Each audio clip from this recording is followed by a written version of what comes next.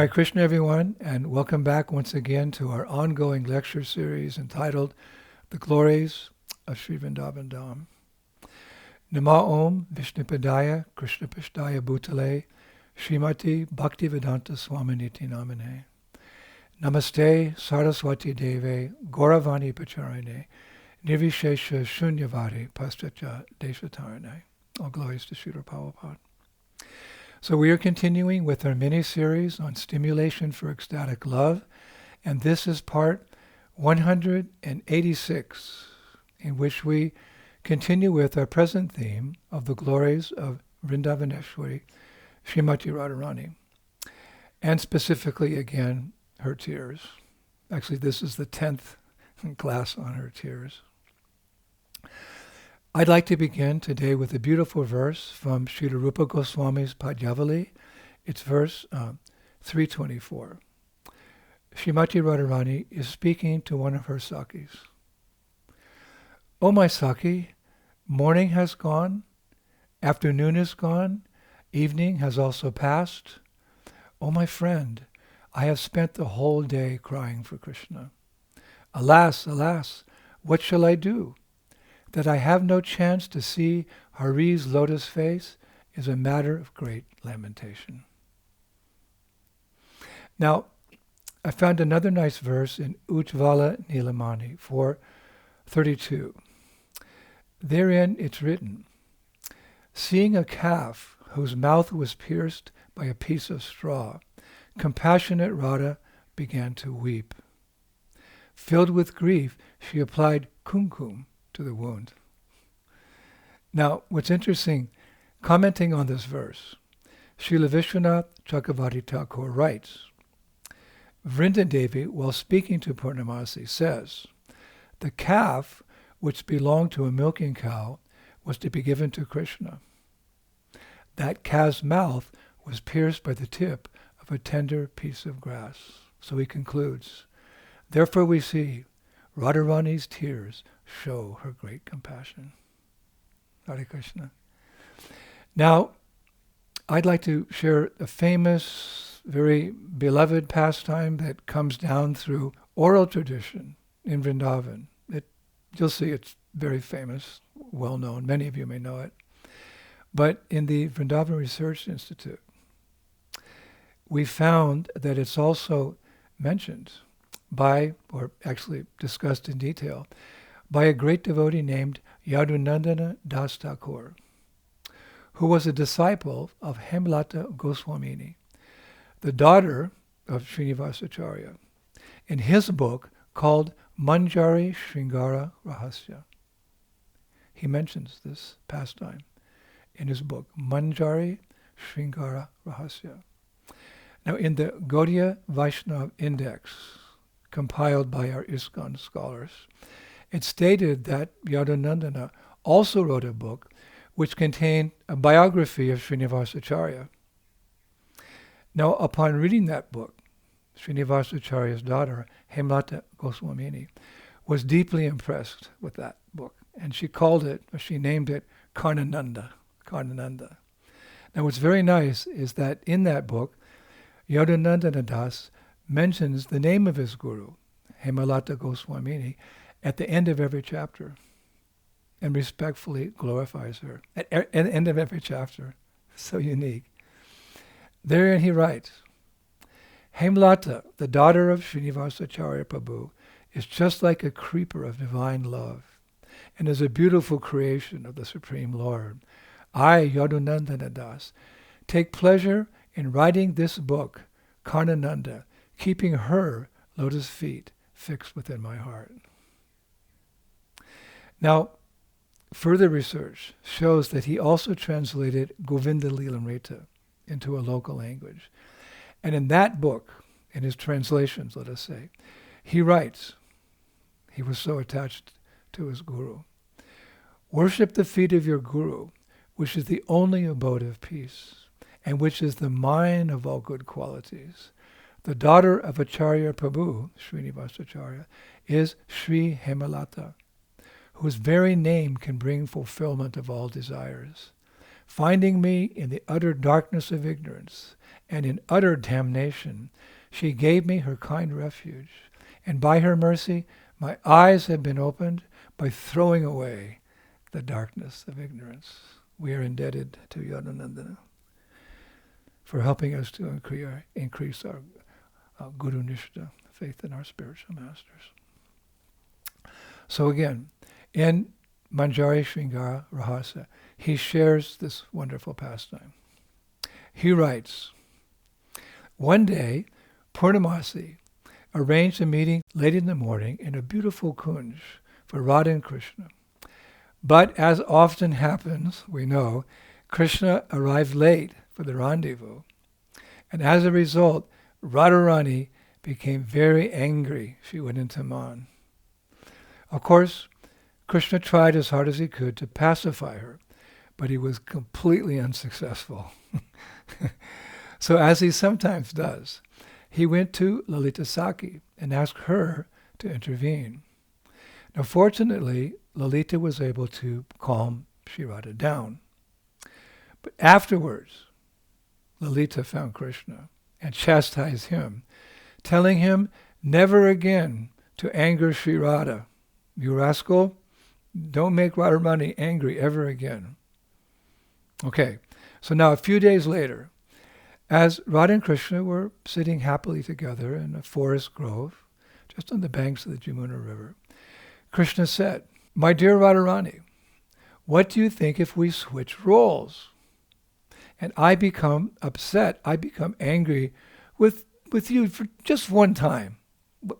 Let's try it. What do you think? I'll become angry with you. So Radharani thought for a moment, and then smiling, she said, yes, that might be fun, Krishna. Why don't we do that? So Krishna joked and said, but Radharani, watch out. It won't be easy for you to pacify me. It's difficult for me to pacify you, but you'll see, it won't be easy for you to pacify me. So Radharani countered, Krishna, don't be so sure of that. You know the strength of my love. So right then and there, on the banks of the Jamuna River, Krishna became angry with Sri Radha. But as much as Sri Radha tried to pacify Krishna, as per the challenge, she was also unsuccessful. It said she tried her best for 3 whole days and nights. And just like Krishna did, she went to Lalita and asked for help. But even Lalita wasn't able to appease Krishna's man, his anger, as he fumed on the banks of the Jamuna. So then Radha turned to Vishaka Saki for help. But even she was not successful in pacifying the pouting Krishna. Then on Sri Radha's request, 16,100 gopis were called forth. And they all failed in the same way. They couldn't pacify Krishna's anger. So, finally Radharani broke down crying.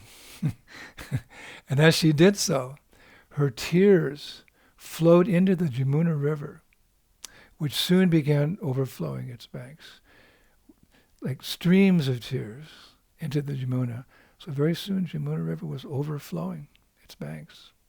Now when that happened, Yamuna Devi herself, the river personified, appeared in front of Srimati Radharani and said, Dearest Radharani, your tears are causing me great pain.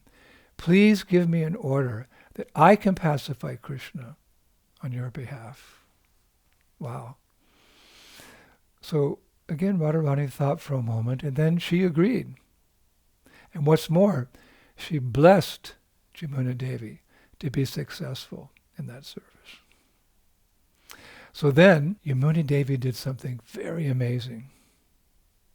She went into a nearby grove and soon reappeared looking exactly like Krishna.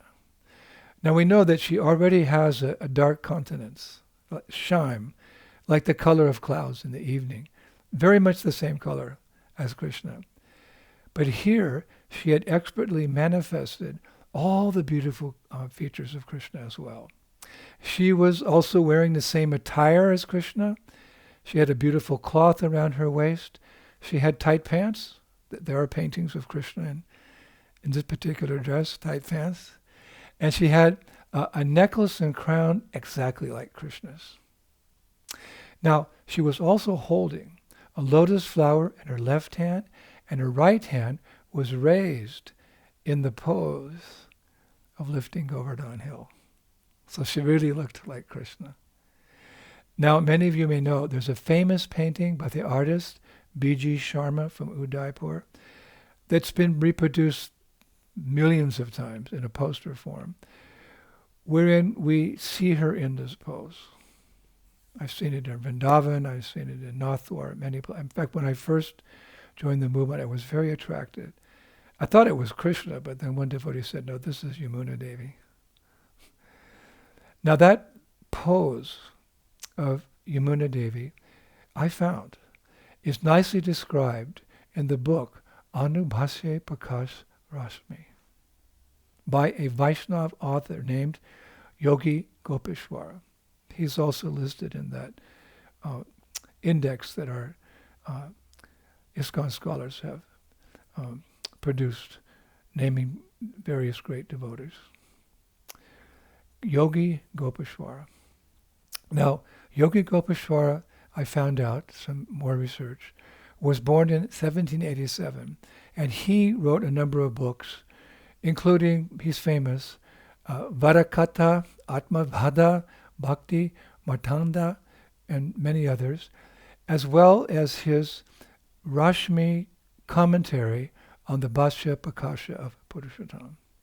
So in that Rashmi, he writes, he gives us a detailed description of this beautiful form that Yamuna Devi is manifesting. He writes, Uksipta hasta purusho, bhakta makar yat yukta, dakshinena karenasho, mushti kritya manasniha. The form of Lord Krishna, which he manifests to please his devotees, was manifested by Yamuna Devi. Her right hand was raised upwards with her fist contracted. Her left hand was facing towards the ground. This form of Yamuna Devi as Krishna had never been seen before. It was manifested by her own desire and was seen as the paramount of her expertise to disguise herself. It was seen as the paramount of her expertise to disguise herself. So, inside look there. So, having assumed this form, just like Krishna, what did Yamuna do? It was very interesting. Krishna was nearby. So what she did is she passed by Krishna, who was pouting again on the banks of her river. And when Krishna saw her, looking identical to him in every way, he became attracted to his own form. It said Krishna's all attractive, so he became attracted to his own form. And Krishna said, "Dear one, please tell me who you are. I would very much like to embrace you." So Yamuna Devi, looking like Krishna, said, "Dear Krishna, if you would like to attain me, then you must first give up your man, give up your anger, and take shelter of Sri Radhika's feet." Give up your anger with Sri Radha and take shelter of her feet. So Krishna immediately agreed. And giving up his anger, he went to Srimati Radharani, who was sitting nearby, and he bowed down to her lotus feet. So in this way, we should see, Yamuna Devi accomplished what Lalita, Vishaka, so many gopis, and even Sri Radha had been unable to do. So because Yamuna was successful in pacifying Krishna and his man, Radharani very kindly gave her a most beautiful blessing. And here it is. She said, "My dear Yamuna Devi, as you are dear to me, so the lotus flowers that constantly decorate your waters are also dear to me. So from this day forth, I shall always hold one of your lotus flowers in my left hand and bless you with my right hand. A very unique pose of Srimati Radharani. Holding a lotus flower in her left hand and blessing with the right hand. Now what's very interesting is that particular pose of Radharani, we see that in the Radharani deity in London, Radha Ishwara. If you're so fortunate to come before her at Soho Street, or you see photos of Radha Ishwara, there the Radharani deity is holding a lotus flower in her left hand, and her right hand is giving blessings like that. Radha Ishwara. What's more, in the Radharani deity in Paris, France, Radha Paris Ishwara, Radharani is also holding a lotus flower in her left hand, and she's blessing with her right hand, giving a raised blessing. Isn't that interesting? And Prabhupada named both those sets of deities, Radha London Ishwara and Radha Paris Ishwara. And there you see, perhaps other places, I don't know, but that unique pose that Radharani described is there in those two deities. Hare Krishna. So Prabhus will finish here with Srila Prabhupada's statement, which we find in that little book, Elevation to Krishna Consciousness, chapter 5. Therein he says, if Krishna is always attractive to everyone, and Radharani is attractive to Krishna, how can we imagine the position of Srimati Radharani? We should try humbly to understand her and offer her our obeisances, saying, Radharani, you are so dear to Krishna. You are the daughter of King Vrishabhanu, and you are Krishna's beloved. We offer our respectful obeisances to you. And Prabhupada continues, Radharani is very dear to Krishna, and if we approach Krishna through the mercy of Radharani, we can easily attain Krishna. If Radharani recommends a devotee, immediately Krishna accepts him, however foolish he may be. Thank you, Srila Prabhupada. Hare Krishna. So we naturally, in humility, think of ourselves as foolish, but our hopes are there because Prabhupada says we can easily attain Krishna. If the Radharani recommends a devotee, Krishna accepts him, however foolish he may be, by the mercy of Srila Prabhupada. Hare Krishna. Prabhus, I think we may have enough information for a couple more lectures on Radharani's divine tears. So I look forward to being with you again next week. Shri Shri Gaur Nitai ki, Shri Shri Krishna Balaram ki, Shri Shri Radha Shama Sundar ki, Vrindavaneshwari Srimati Radharani ki, Mayapur Dham ki, Gaur Nitai, Shri Krishna Sankirtan Yagya ki, Nitai Gaur Pimanandi, Jai Jai Sisi Radhe, Sharm, glorious Prabhupada. All right, well,